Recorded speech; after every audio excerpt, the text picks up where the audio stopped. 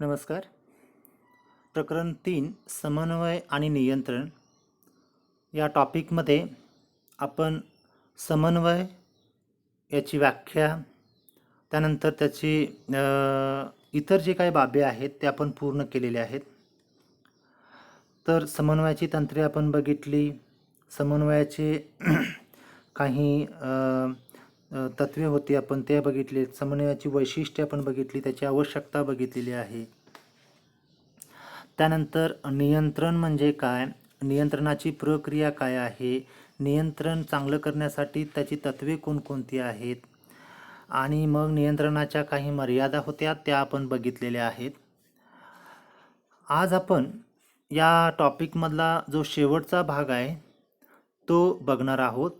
तो भाग आहे नियंत्रणाची तंत्रे कोणकोणती आहेत किंवा नियंत्रण करण्यासाठी व्यवस्थापक कोणत्या तंत्राचा वापर करू शकतो, हा शेवटचा भाग आपण या ठिकाणी बघणार आहे. अपेक्षित उद्दिष्ट जर साध्य करायचं असेल तर नियंत्रण हे आवश्यक आहे आणि यासाठी प्रत्येक व्यवस्थापक नियंत्रणाचं काम अतिशय परिणामकारक करण्यासाठी प्रयत्न करत असतो. तर नियंत्रणाची जर तंत्रे आपण विचारात घेतली तर ही तंत्रे दोन विभागात विभागता येतात. पहिला विभाग म्हणजे पारंपरिक तंत्रे आणि दुसरा विभाग म्हणजे आधुनिक तंत्रे. पारंपरिक नियंत्रणाची तंत्रे ही कोणती आहेत, जी अनेक वर्षापासून वापरत आहोत, व्यवस्थापक वापरत आहेत, त्यांना आपण पारंपरिक तंत्र असं म्हणतो. या तंत्रामध्ये अंदाजपत्रकीय नियंत्रण असेल, उत्पादन मूल्य नियंत्रण असेल, उत्पादन नियंत्रण असेल, वित्तीय नियंत्रण, सांख्यिकीय नियंत्रण, गुणवत्ता नियंत्रण, अंतर्गत तपासणी, लेखापरीक्षण, वैयक्तिक निरीक्षण वगैरे खूप नियंत्रण येतात. खूप अनेक वर्षापासून आणि किंवा खूप वर्षापासून ही तंत्र व्यवसाय क्षेत्रामध्ये वापरले जात आहेत. याशिवाय या पारंपरिक तंत्राशिवाय काही आधुनिक तंत्रे सुद्धा आहेत. ही आधुनिक तंत्रे जी आहेत ती आत्ताच्या काळामध्ये विकसित झालेली आहेत आणि याचाही वापर आता व्यवसायामध्ये खूप होत आहे. याच्यामध्ये ब्रेक इव्हन पॉईंट किंवा समविच्छेदन विश्लेषण तंत्र, कार्यक्रम मूल्यमापन व पुनरावलोकन तंत्र, निर्णायक मार्ग पद्धत, गुंतवणूक मोबदला पद्धत वगैरे काही आधुनिक तंत्र आहेत. आता ही जी तंत्र आपण बघितली, ही तंत्र थोडक्यात या ठिकाणी आपण याचं विश्लेषण करूया. मी तुम्हाला सांगितलं की पारंपरिक जी तंत्रे आहेत ती अनेक वर्षापासून व्यवसायात वापरली जात आहेत आणि त्याच्यामध्ये काही तंत्रे आहेत. त्याच्यातलं पहिलं तंत्र आहे अंदाजपत्रकीय तंत्र. अंदाजपत्रकाचा वापर करून सुद्धा व्यवस्थापक किंवा वरिष्ठ व्यवसायामध्ये नियंत्रण करू शकतो. तर आता अंदाजपत्रक म्हणजे काय, तर ठराविक मुदतीसाठी व्यक्त केलेले भांडवलाबाबतचे जे अनुमान असतात त्यांना आपण अंदाजपत्रक म्हणू शकतो. ठराविक मुदतीत होणाऱ्या अपेक्षित खर्चावर अंदाजपत्रक आधारित असते. थोडक्यात यात उत्पन्न आणि खर्च याचा मेळ साधला जातो. हे जे अंदाजपत्रक असतात हे व्यवसायाच्या भविष्यकालीन गरजावर आधारित अनुमान काढत असतात. अंदाजपत्रकात व्यक्त केलेले अंदाज व प्रत्यक्षात दिसून येणारे जे काही ॲक्च्युअल रिझल्ट्स आहेत या बाबतीतली तुलना करता येऊ शकते आणि त्यावरून नियंत्रण ठेवता येऊ शकते. याला आपण अंदाजपत्रकीय नियंत्रण असं म्हणू शकतो. दुसरं तंत्र आहे उत्पादन मूल्य नियंत्रण. आजच्या स्पर्धायुक्त बाजारपेठेमध्ये व्यावसायिकाला टिकून राहण्यासाठी वस्तूच्या उत्पादन खर्चावर नियंत्रण ठेवणे अत्यंत आवश्यक आहे. व्यवसायाचा उद्देश अधिकात अधिक नफा मिळवणे हाच असतो. कोणताही उद्योग यासाठीच काम करत असतो. कमीत कमी खर्चामध्ये अधिकात अधिक उत्पादन करून नफा वाढवण्याचा त्याचा नेहमी प्रयत्न असतो आणि हा उपायसुद्धा आहे. वस्तूचा उत्पादन खर्च कमीत कमी करण्यासाठी व्यवस्थापकाला विविध मार्ग शोधावे लागतात आणि या मार्गांचा वापर करून उत्पादन खर्च कमीत कमी राहील याकडे त्याला लक्ष द्यावे लागते. जर उत्पादनाचा खर्च कमी राहिला तर निश्चितच नफा वाढू शकतो. तर हे एक तत्त्व आहे ज्यामुळं चांगलं नियंत्रण या ठिकाणी खर्चावरती होऊन नफा वाढू शकतो. तिसरं तंत्र आहे उत्पादन नियंत्रण. उत्पादन प्रक्रिया ही विविध उत्पादन विषयक निर्णयाची साखळी असते. एखाद्या उत्पादनाची मागणी कशा स्वरूपाची आहे व त्याचे किती उत्पादन करणे किफायतशीर ठरेल याचा विचार करून उत्पादन अपेक्षित धरले जातात. या नियंत्रण तंत्राद्वारे प्रत्यक्ष उत्पादन व प्रमाणित उत्पादन याची तुलना केली जाऊ शकते. जर प्रत्यक्ष उत्पादन कमी झालं असेल तर त्याची कारणे शोधून ती दूर करण्यासाठी काही कृती केल्या जातात. जर उत्पादन जास्त असेल तर त्याचीही कारणे शोधली जातात आणि त्या कारणाचा भविष्यामध्ये सुद्धा पुन्हा वापर केला जातो. तर याला आपण उत्पादन नियंत्रण असं म्हणतो. चौथं जे नियंत्रण आहे ते म्हणजे वित्तीय नियंत्रण. कुठल्याही व्यावसायिक उपक्रमामध्ये वित्त हे खूप महत्त्वाचं आहे. वित्त हा व्यवसायाच्या सर्व केंद्राच्या निर्णयाचा केंद्रबिंदू असतो. वित्तीय नियंत्रणाचा उपयोग भांडवल निर्मितीसाठी होतो. वित्तीय नियंत्रणासाठी विविध गुणोत्तरांचा वापर होतो. गुणोत्तर म्हणजे दोन संख्यांमधील परस्पर संबंध. हा संबंध टक्केवारीने किंवा दोन संख्येतील प्रमाणाने सिद्ध केला जातो. वित्तीय नियंत्रण याच्यामुळे दोन किंवा त्यापेक्षा अधिक बाबींची माहिती व आकडेवारी घेता येऊ शकते आणि त्यावरून निष्कर्ष काढले जाऊ शकतात. तर वित्तीय नियंत्रण जर समजा चांगलं झालं तरीही त्याचा फायदा व्यवसायाला होऊ शकतो.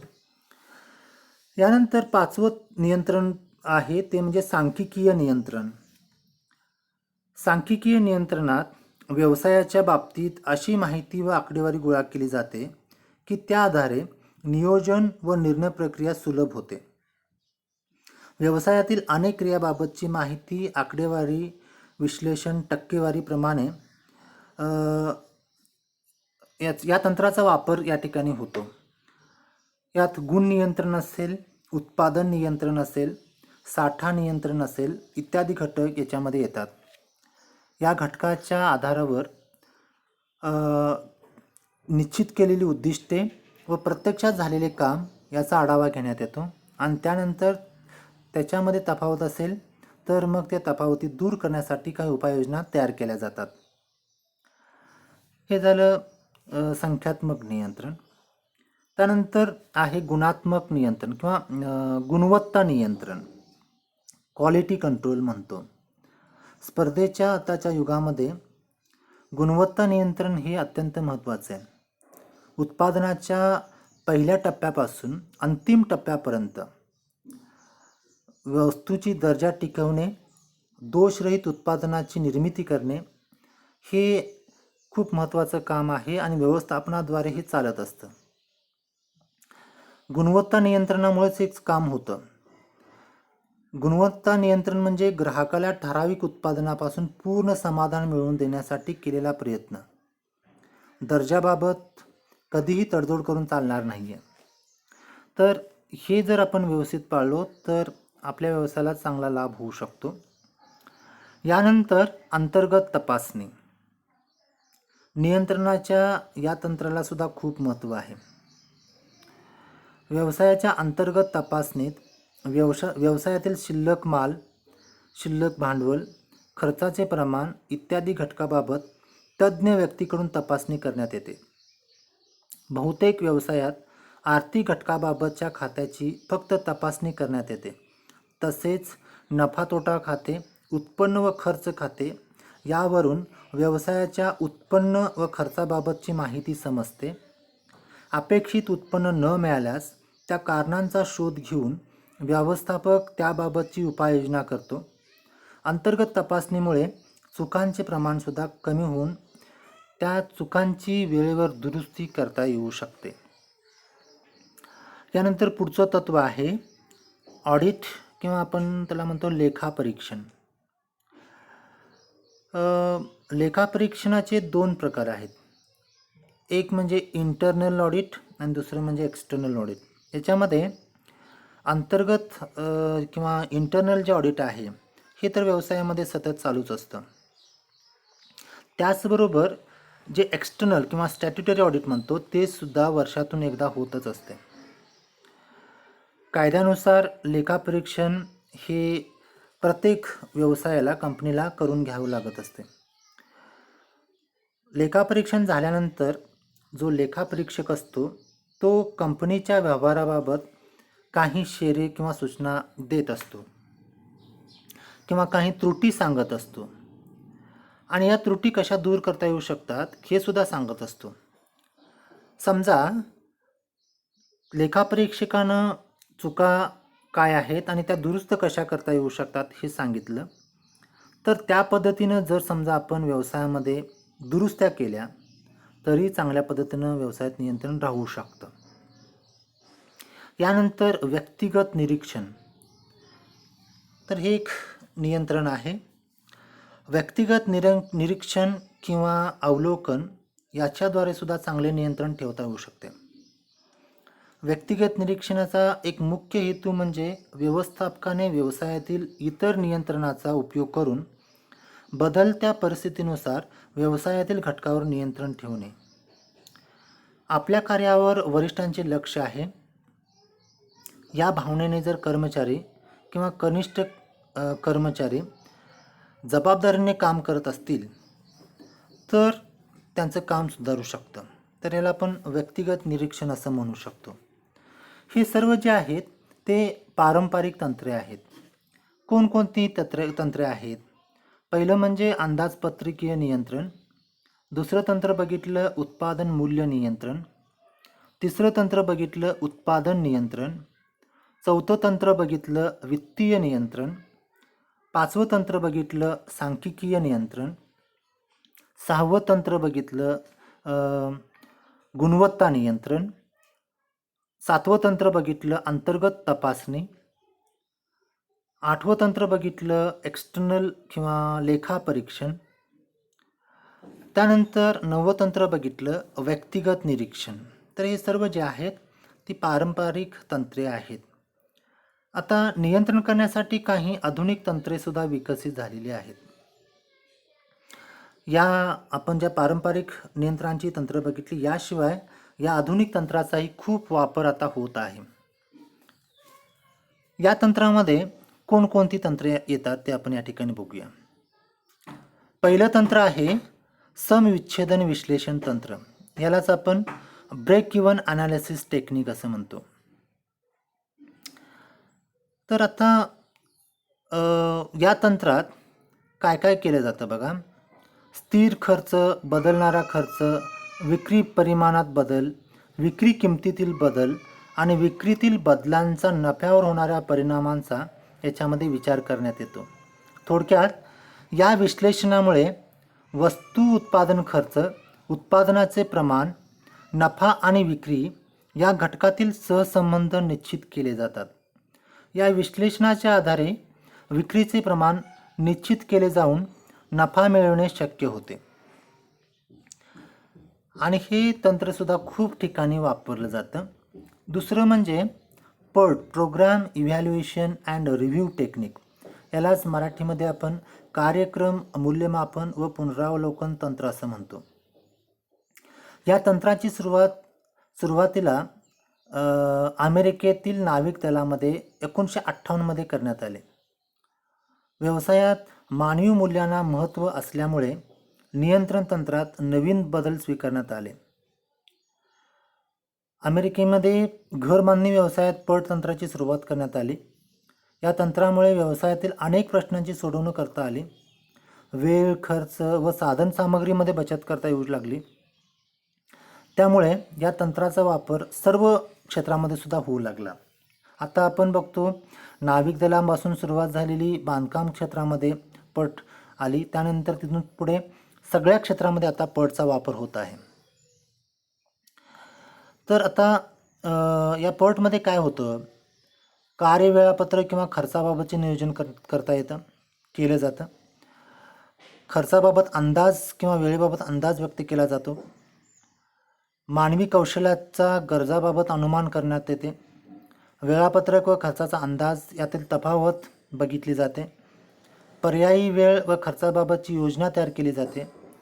कार्यपूर्ततेसाठी आवश्यक साधन सामग्रीची वाटप करण्यात येते. अशा पद्धतीनं त्या गोष्टी पोर्टमध्ये केल्या जातात. त्यानंतर जे पुढचं तंत्र आहे, आधुनिक तंत्र, ते आहे निर्णायक पथ पद्धत किंवा क्रिटिकल पाथ मेथड, CPM म्हणतो. हे सुद्धा तंत्र आता खूप ठिकाणी व्यवसायामध्ये वापरलं जातं.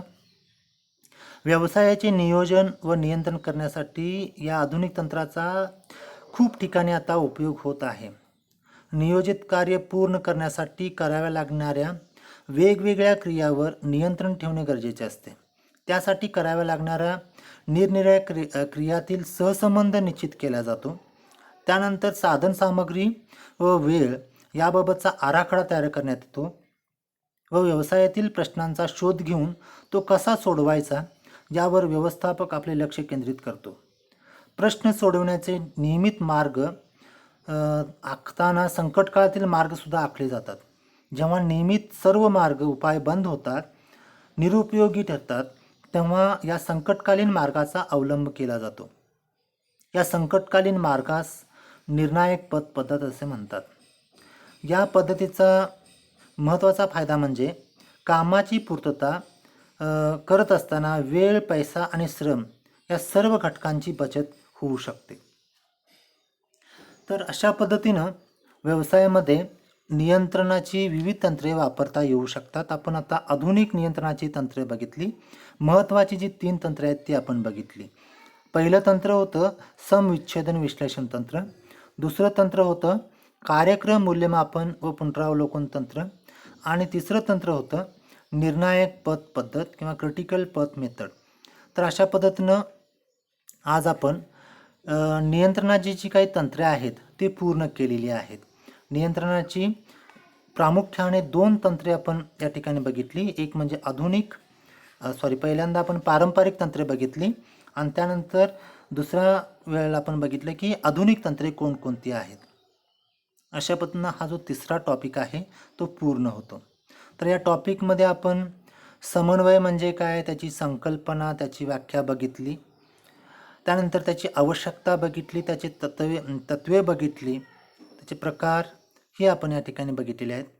त्यानंतर चांगल्या समन्वयासाठी कोणते घटक महत्त्वाचे आहेत हे आपण बघितलं. त्यानंतर नियंत्रण कार्य जे आहे ते आपण बघितलं, त्याची व्याख्या बघितली. त्यानंतर नियंत्रणाची काही वैशिष्ट्ये आपण बघितली.